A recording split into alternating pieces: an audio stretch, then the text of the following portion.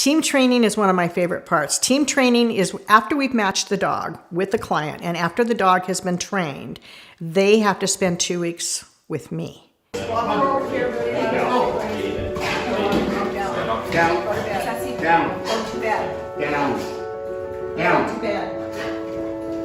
And I explain to them in advance, the first day is crazy day. The dogs know each other. So they come in to walk in like kids going to school. Hey buddy, I know you from the kennel. Down.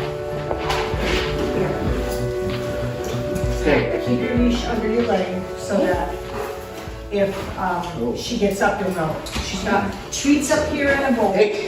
Down. Keep your voice normal. He's good. He doesn't have a hearing problem. He just has a. You guys can put your bags back here if you want to. It's up to you. These people aren't trained yet. They're not a team. They haven't gone through training with their dog, so they have no idea of what to do with the dog. So I tell them not to be nervous, that this is the norm for the first part of the training. The first few days is in the classroom. We're going through the book. Everybody gets a workbook that they take home with them. And so we go through all what I call the boring stuff, the rules, the regulations, all that kind of stuff. Then we start going through the cues so that they start learning what words we use with the dogs to get them to do whatever cue it is. I make them physically practice with the dog how to hold the leash, where the dog is supposed to be, left side, right side, etc. We might only spend 2 or 3 days in the classroom, and if they're doing really awesome, we had for the streets.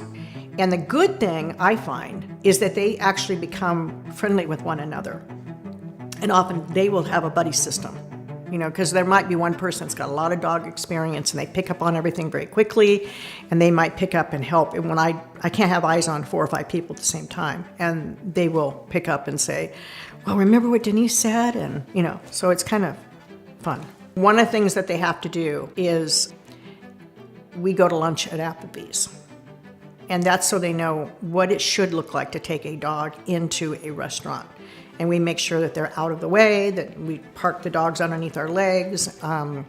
We walk and make sure the dog is very close so the dog's not sniffing tables or shaking hair in their food. I teach them how to tuck the dog away in the restaurant so that the wait staff isn't going to be stepping on tails or anything like that. And that's something I think I get most comments about, is they go, I never thought about that before. I said, safety first. So we usually go to the restaurant once, and then the rest of the time we're practicing. The goal toward the end of our client team training is to pass the public access test, PAT. That test was designed by the Assistance Dogs International to prove and to demonstrate that this team is in control in public. The dog isn't bothering anybody. They stay within 12 inches of the handler. They're not reacting to seeing children or other dogs barking, growling, or anything like that. I think there's 20 different things they have to do. Simple things like keeping pace with them, making a left and a right turn, doing a down when asked, a sit when asked, refusing food if food is offered to them, somebody stepping over them while the dog is in a down. And somebody asked me one time, well, why is that important? I said, well, let's just think you're in a stationery store and you're looking at cards and you're getting involved and your dog is in a down. Somebody comes up next to you and they want to get by you, your dog's blocking the way. They step over the dog. If that dog were to get up because somebody's stepping over them, that's a liability. You could hurt somebody. So it may not be obviously apparent, but there's a reason for everything that they're doing. The dog needs to show 3 things that mediates his disability, whether it's taking him to the door because he's having an anxiety attack on the cue of exit, or picking up a cane, or bracing for a balanced dog. So they have to prove they know more than just your average pet.